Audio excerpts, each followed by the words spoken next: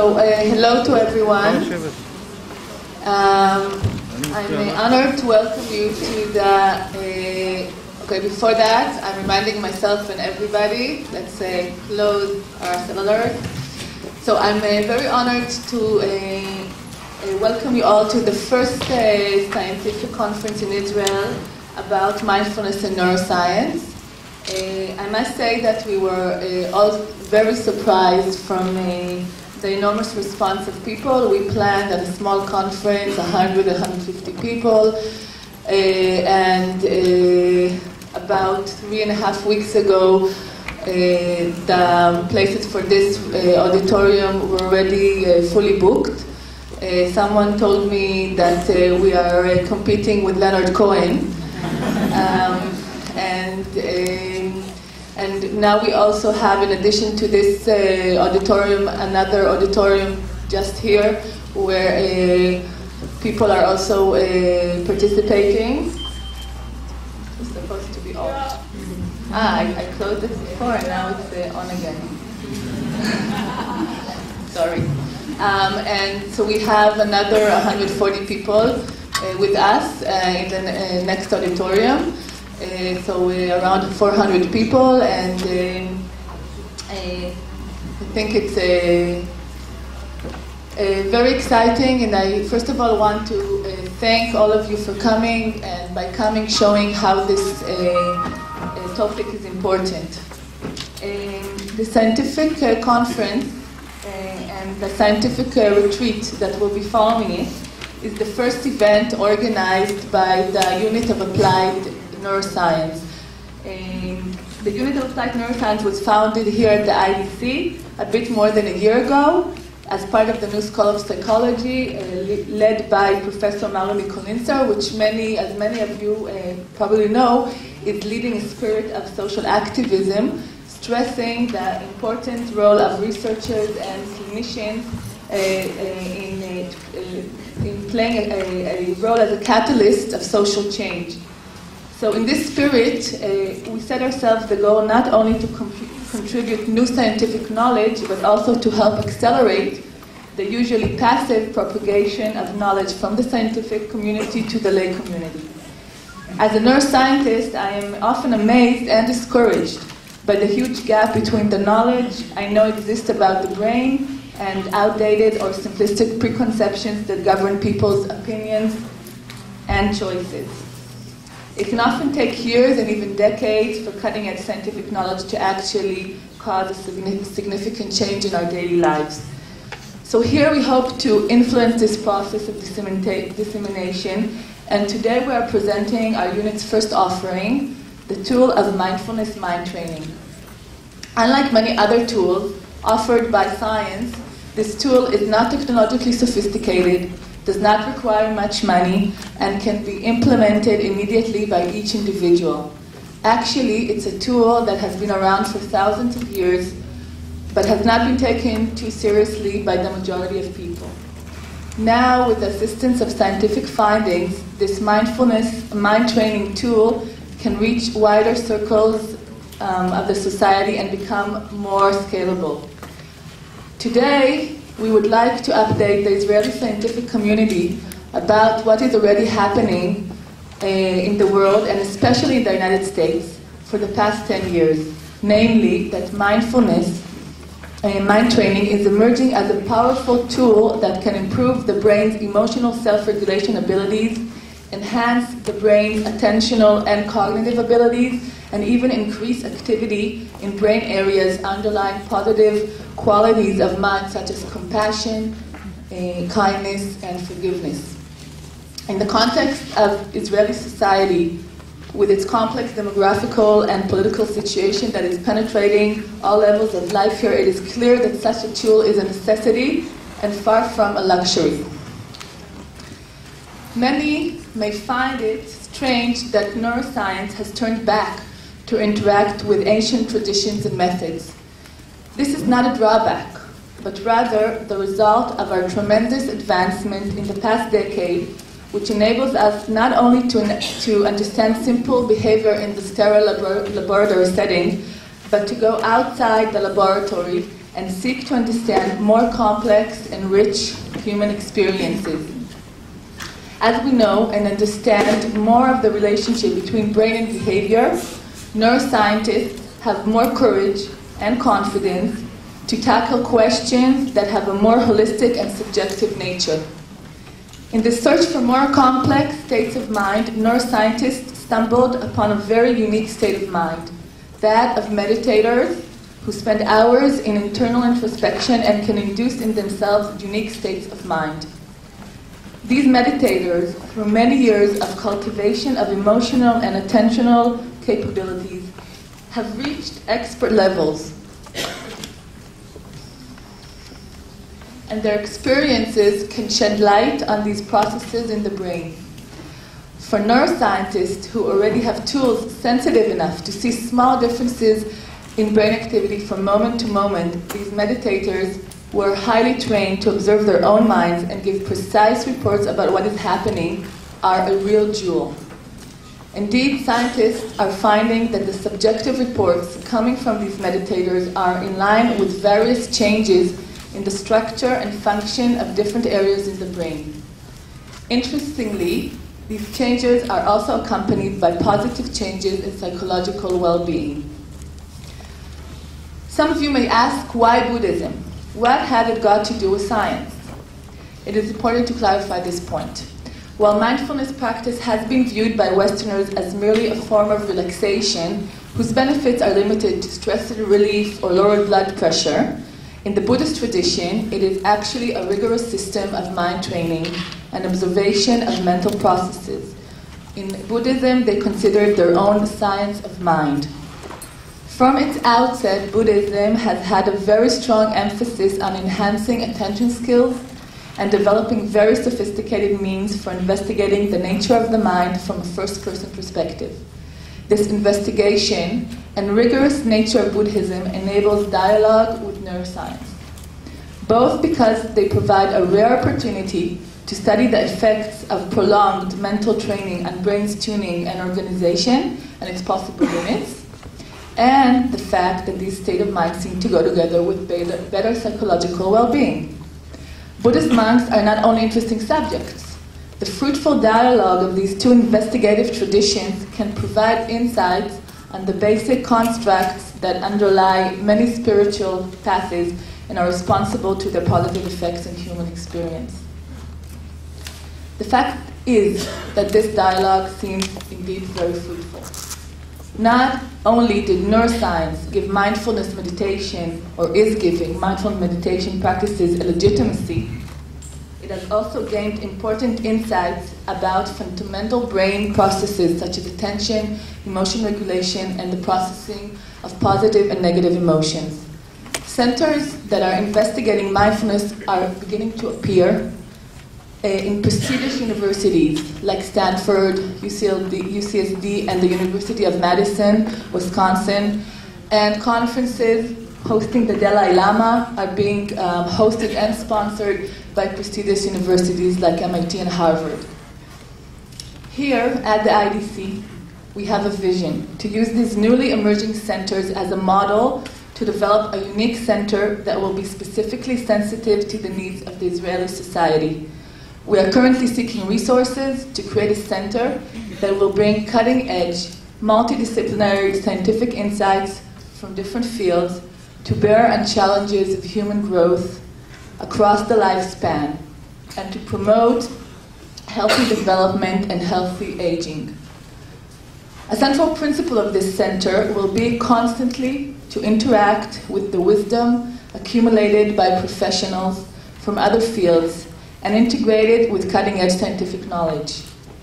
A central part of this center will be dissemination and outreach activities in order to deliver the most effective solutions for improving well-being to individuals throughout society.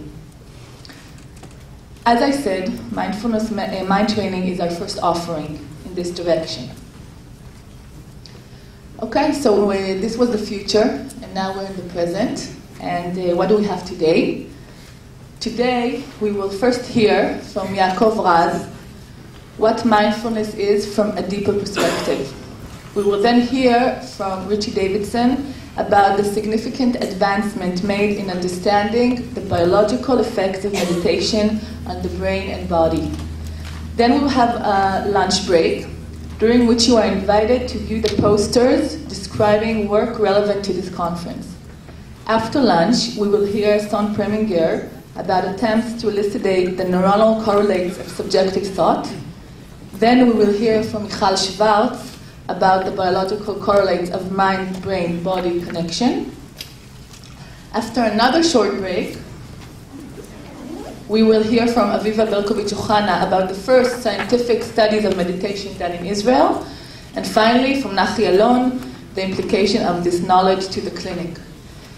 I think I'm very proud to say that we're hosting today at IDC top scientists coming from Wisconsin-Madison, from Tel Aviv University, from Bar Ilan University, from the Weizmann Institute.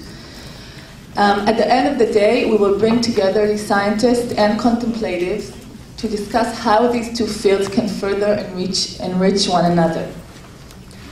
For 85 of you, this event will not end today. We will meet again tomorrow in Neve Shalom for a 4-day mindfulness retreat and discussion.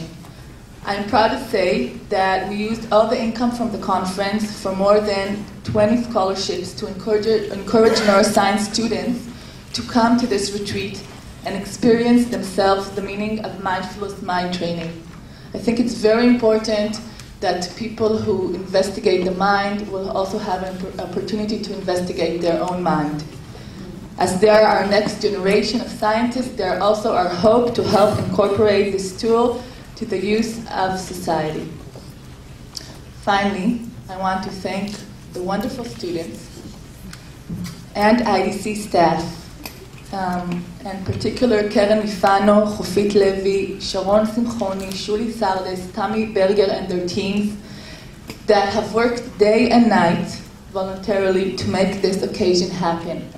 Thank you all for coming, and I hope to see you in the next conference that is planned to focus on mindfulness, education, and the brain.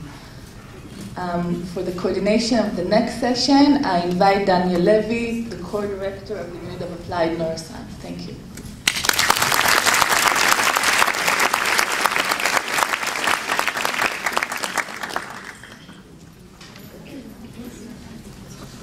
Good morning, everybody. Our first speaker, Yaakov Raz, is a professor of Japan Studies and Zen Buddhism at the Tel Aviv University, where he has been the head of the Department of East Asian Studies. Professor Raz lived in Japan and East Asia for many years, and he is the author of numerous articles and books about Japan, Buddhism, and Zen, including, and I hope that my translation from Hebrew to English is not too misleading, Insane Conversations, Zen Practices, A Man in Search of a Cow, Japanese Mythology, Tokyo To and Fro, Zen Buddhism, Philosophy and Aesthetics, and my own personal favorite, the annotated commentary translation of Matsuo Basco, The Narrow Road to Oku. Beautiful book.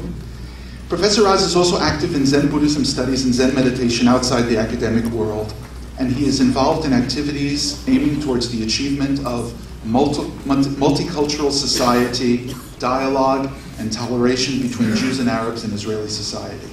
Together with psychologist Nachi Alon, who is also in our program for today, he teaches the Dharma from psychological, personal, and organizational perspectives in the context of the Psychodharma organization.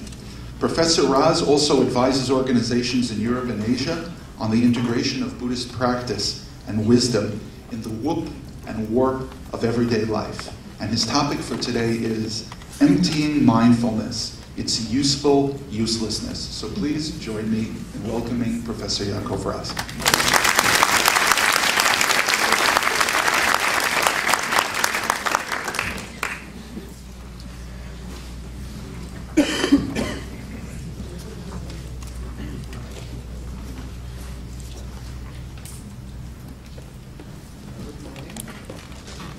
Good morning. I have to be mindful. Am I? I chose this quotation behind me. There's something which is beautiful, and I might as well finish my talk and go away because it says everything. And whatever I'm going to say is an expression of many years of study and teaching and practice especially. And I thank my teachers, my colleagues, and my students. So this is the first quotation, and I would like to go on with a few others as the beginning of my talk. The first one is from the internet, and it's a website on mindfulness. And it says like this: "Give me 90 days, and I'll prove you can calm the mind and feel happier, or I will refund your money and let you keep these amazing bonuses for your trouble." This is one. The second is that one of from Walden by Henry David Thoreau. These are the closing sentences of the book, by the way. Only that day dawns to which we are awake. The Buddha might say, only that moment dawns to which we are awake. The third quotation is, I think everybody knows the next one. "I'm not sleepy and there's no place I'm going to." Mr. Tambourine Man, Bob Dylan. "I'm not sleepy and there's no place I'm going to" is a perfect illustration of mindfulness. So let's do it. And the next one is a Zen story. One day a man said to the Zen master EQ, "Master, will you please write for me some maxims of the highest wisdom?" EQ took his brush and wrote the word mindfulness. "Is that all?" asked the man. "Will you not add something more?" EQ then wrote twice, running, "Mindfulness, mindfulness." "Well," remarked the man, irritated, "I really don't see much depth or subtlety in what you have just written." Then EQ wrote the same word 3 times, running, "Mindfulness, mindfulness, mindfulness." Half angered, the man declared, "What does the word mindfulness mean anyway?" And EQ answered gently, "Mindfulness means mindfulness." During the last few decades, the word mindfulness has been in extensive use in the West in a variety of contexts. A search for the word mindfulness produces 18,000 results in Amazon Books and over 2.5 million results in Google. A search for mindfulness workshops produces over 1 million results, and 700,000 results are listed for mindfulness retreats. Google Scholar Search produces 30,000 results, and among them 18,000 articles. There are probably books by the hundreds and articles by the thousands on this or that aspect of mindfulness. There is mindful mediation, mindful coaching, mindfulness for lawyers, therapists, educators, politicians, musicians, parents, mothers, peacemakers, and even idiots. There is a title, I'm not joking, "The Complete Idiot's Guide to Mindfulness." A clinical handbook of mindfulness, books promising miracles, Asperger's syndrome and mindfulness, and of course numerous meditation courses, groups, retreats, workshops for stress reduction, for traumas, anxieties, relaxation, money-making, you name it, in which mindfulness is practiced, preached, and sometimes disrespected and abused. So what is the practice of mindfulness? Let us look at some sources. Mindfulness is the most common translation of the Pali word sati, which I will use in the following minutes. Sati is also translated as attention, awareness, wakefulness, etc. In the Satipatthana Sutta, Buddha teaches his disciples about sati, which is mindfulness. The bhikkhu, which is the monk, abides reflecting this body up from the soul, down from the hair, on the top, and surrounded by the skin as full of various impurities. There are in this body head hair, body hair, nails, teeth, skin, flesh, veins, bones, bone marrow, kidneys, heart, liver, pleura, spleen, lungs, blood, sweat, fat, and so on and so forth. Just like a bag of provisions open on both sides is filled up with various grains such as rice, paddy, green grass, beans, sesame, and fine rice. A man who could see would pull it out and reflect. This is rice, this is paddy, this is green grass, this is beans, this is sesame, this is fine rice. In the same manner, the bhikkhu, the monk, abides reflecting this body up from the soul, down from the hair on the top, and surrounded by skin full of various impurities. There are in this body head hair, body hair, nails, teeth, skin, flesh, veins, bones, bone marrow, kidneys, pleura, spleen, and so on and so forth. This is a traditional description of the practice of sati. Sati, or attentiveness, is to be diligently aware, mindful and attentive to the activities of the body, the sensations and feelings, the activities of the mind, and to ideas, thoughts, conceptions, and things. Sati is the practice where the practitioner abides, intensely ardent, mindful and fully understanding, having overcome craving and grief. While dwelling like this, he may perceive his body, feelings, and etc. as impermanent, painful, and uncontrollable. I invite you now to look at the context of sati. Sati is not an isolated practice in the Buddha's teaching. Sati is just one field of practice within the context of the first discourse of the Buddha after his awakening. In this discourse, the Buddha shared with his disciples his insights into the nature of the world, the nature of the mind, and the nature of dukkha, which is suffering or dissatisfaction, and his design for an awakened life, for a cessation of the Buddha, of the dukkha. Sati, mindfulness, appears twice in the Buddha's first discourse. The first time is at the very beginning of his speech, and it goes like this: bhikkhus, which is monks. These two extremes ought not to be cultivated. What are these two? There is devotion to indulgence of pleasure in the objects of sensual desire, which is inferior, low, vulgar, ignoble, and leads to no good. There is devotion to self-torment, which is painful, ignoble, and leads to no good. The middle way discovered by the perfect one, which is the Buddha, who is the Buddha, avoids both these extremes. And what is the middle way? It is simply this: right view, right intention, right speech, right action, right livelihood, right effort, right mindfulness, which is sati, and right concentration. This is the middle way. This then is the first time sati is mentioned here as an answer to the question, what is the middle way? Or, I would say, what is the wholesome way of living and being? The term sati is mentioned again as part of the path to a cessation of suffering. It comes after the first noble truth, which is identifying the disease, suffering. The second noble truth, which traces the origins of suffering. The third noble truth, which speaks of the possibility of the cessation of the origins of suffering, and thereby suffering itself.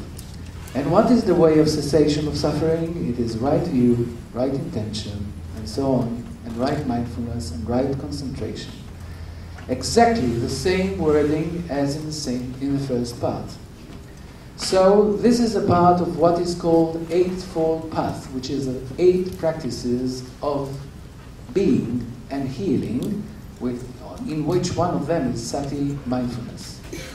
All 8 practices are preceded by the word samma, usually translated as right, which is not so right.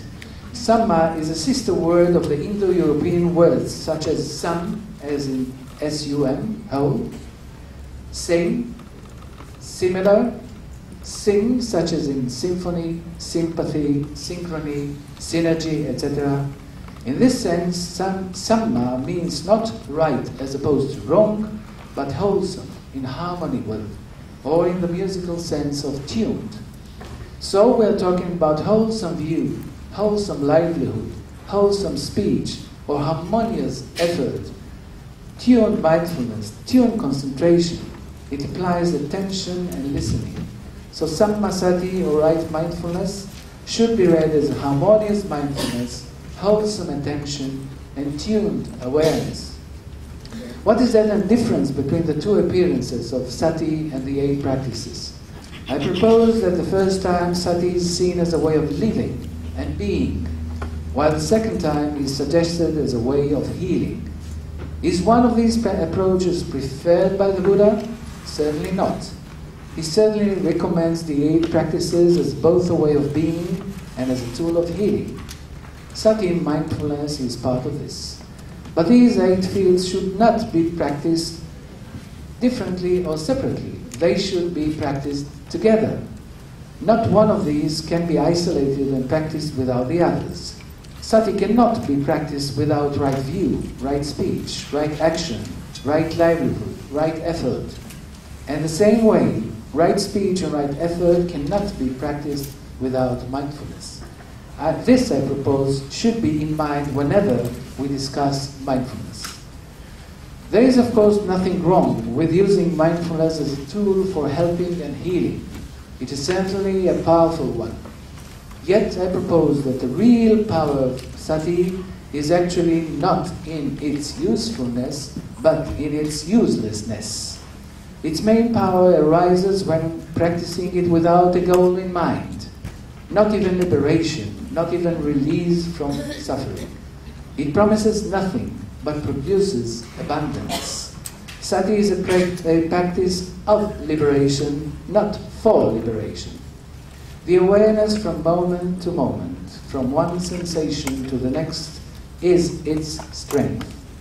From one moment to the next, as a sensation appears and disappears, and we don't reject nothing and don't hold on to nothing, we are practicing liberation.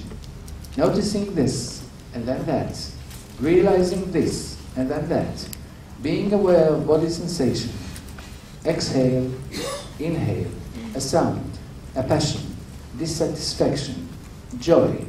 This is the practice. I use the word practice in the sense that it is not a practice with a name, getting to a destination, but practice as in the word a practicing lawyer, or a practicing doctor, or practicing motherhood. One achieves motherhood while practicing it. One is practicing fatherhood, not in order to become a father. One realizes one's motherhood by being and practicing one's motherhood. There is no end to practicing parenthood, and there is no distinction between practicing parenthood and realizing parenthood. Sati is the same. It is realization of practice. It is a practice in realization. Sati is practicing change and impermanence, not practicing in order to understand and know about impermanence. Impermanence, then, is lived, not achieved. Sati is a goal-free practicing zone. In this way, it is the actualization of what is, not a means to an end. It is deep, aimless inquiry into the nowness of being, not a tool for further goals, important as they may be. It has fruits, but it does not aim at these fruits. The fruits are unexpected, are given by grace, not by intention or craving for achievement, not even the achievement of awakening, clarity, equanimity, calmness, or nirvana.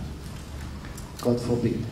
Nor are these fruits given to us as a result of pointing to a destination. Expecting these fruits is a seed of craving, and thereby dissatisfaction. Sati is practicing emptiness. By emptiness we mean the lack of inherent or substantial existence of all phenomena. While being aware of our subtle existences of the moment, we perceive that these do not indeed exist permanently and separately, but only in relation to a set of causes and conditions that rise and pass away. Our being is lived then as a process in which is in flux each and every moment and depends entirely on whatever is. When we try to identify a core, an entity comprising the self, we are unable to find one. although we do recognize the stream of narrative that we might mistake for a solid self. Sati may be practiced at the daily meditation, or in everything we do: walking, washing, eating, sitting, talking, fighting, working, meditating, whatever. Sati is not dependent on emotional or mental states. You don't have to be calm in order to practice sati. You don't have to walk slowly to be mindful, which we will do in the next 4 days very slowly. You can plan, bathe, talk, argue, sing, or jog. Sati is present time awareness. It takes place here and now. Observing what is happening right now, the present moment. Sati stays forever in the present, forever on the now, precious, ever-changing peaks of the passing time. Sati is acceptance of both self and others. There are no preferences in the practice of sati.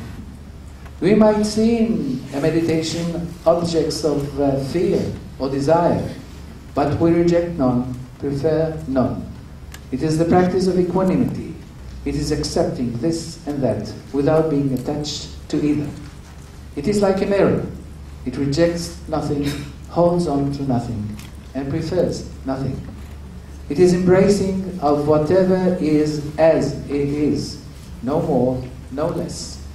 In the same way, it is a practice of compassion for all beings, within or without, mental or physical, for oneself and for all beings, as they come, stay and dissolve, as they come, stay and dissolve. Sati is to notice the richness and complexity of sensations, the stream of feelings, stimulations, the subtle stream of particles from all that. It is letting go of images of both self and the others, negative or positive views. It is being free of the need to agree or disagree with anything. It is time for time off. It is time for time out. The sounds, smells, lights and frequencies of everything are there to be. It is inquiring without inquiry into the heart of everything, into this, what I call nano-existence, before everything is shaped into names, categories, departments, religions, good and bad, pleasant and unpleasant, friends and foes. The self is then emptied, relieved, liberated from self-centered images and thoughts. Self becomes part of a continuum with no beginning and no end. No entrance door and no exit door to being. My and mine are null and void. So aiming for immediate benefits of sati is one option. The other, possibly much more profound and paradoxically much more effective, is to see sati as a path that teaches how to live and how to be. Not a path aimed at immediate benefits at all. And yet, a path that almost unintentionally also provides many immediate benefits. Not that I deny the benefits of sati practice for specific goals, ailments, and business ends. But there is a great danger there. The danger is in the fact that these practices assume a cure for the self, improvement of the self, liberating of the self, while ignoring the fact that the practice of sati questions moment to moment the very solidity of a separate and constant self. Sati is in itself the actualization of an open, no-boundary selfhood, which is actually non-selfhood. Noticing and minding the transient sensations, voices, sights, and feelings, one cannot point to an owner of those feelings, nor to an agent who creates them. And so, egolessness is the practice of sati, not its goal. Sati is not a way to sit in the present so that things get better in the future, or clearer, or happier. It is not a means for more beauty, more joy, more peace, more anything. It is the awareness that sati itself and life is a series of mind moments, one after another, one after another. These are bits of suchness, events as they are, neither beautiful nor ugly. By abiding in the now, I am free from the distress that comes from clinging to sensations, free from desire, that is free from the cause of suffering. By understanding the now as impermanent and by letting it be impermanent, happiness comes. But even happiness is not the goal of sati. The more we practice sati, the less we care to find some hidden truth, meaning or beauty in the mind experiences. This is not indifference. This is liberation. Non-attachment is freedom, complete with no strings attached. No conditions are needed in order to become liberated. No revelations, no divine music, no mystical experiences, or the promised meeting with creation, because creation is here. Then pleasure and pain stop being conditions or obstacles for happiness. I would like to read from the great Sufi master Rumi in his beautiful poem, The Guest House. This being human is a guest house.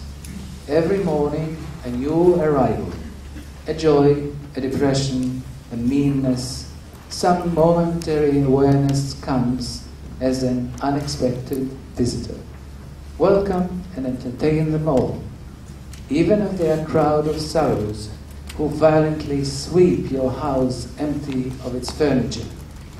Still, treat each guest honorably. He may be clearing you out for some new delight. The dark thought, the shame, the malice, meet them at the door laughing and invite them in. Be grateful for whoever comes, because each has been sent as a guide from beyond. And I'll finish with a short quotation from a beautiful, beautiful book called The Listening Book by an American musician and composer, William Matthew, or his full name is William Alauddin Matthew. He is a Sufi too. And the book is called The Listening Book, and these are the closing sentences of the book, The Listening Book. A miller, tochen yani, the miller grinds grains of wheat all day. By sunset, he has a bag of perfect white flour. The flour says to the miller, "Are you fine enough yet? Are you fine enough yet?" The baker takes the flour to be baked into bread. Next morning, the bread comes steaming hot out of the oven and says to the baker, "You certainly look delicious to me." Thank you.